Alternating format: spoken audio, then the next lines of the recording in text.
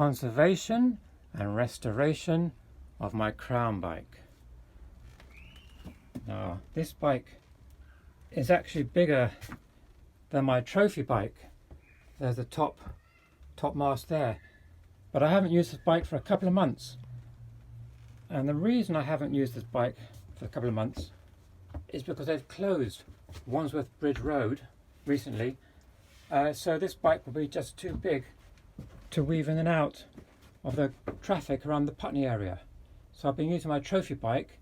That's the trophy bike mast, and you can just see the trophy bike there.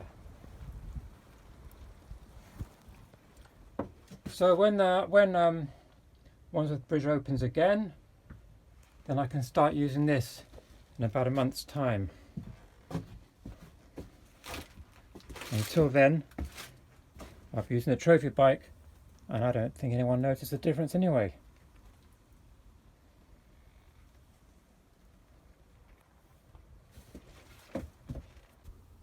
So this is my Crown bike, and this is my trophy bike.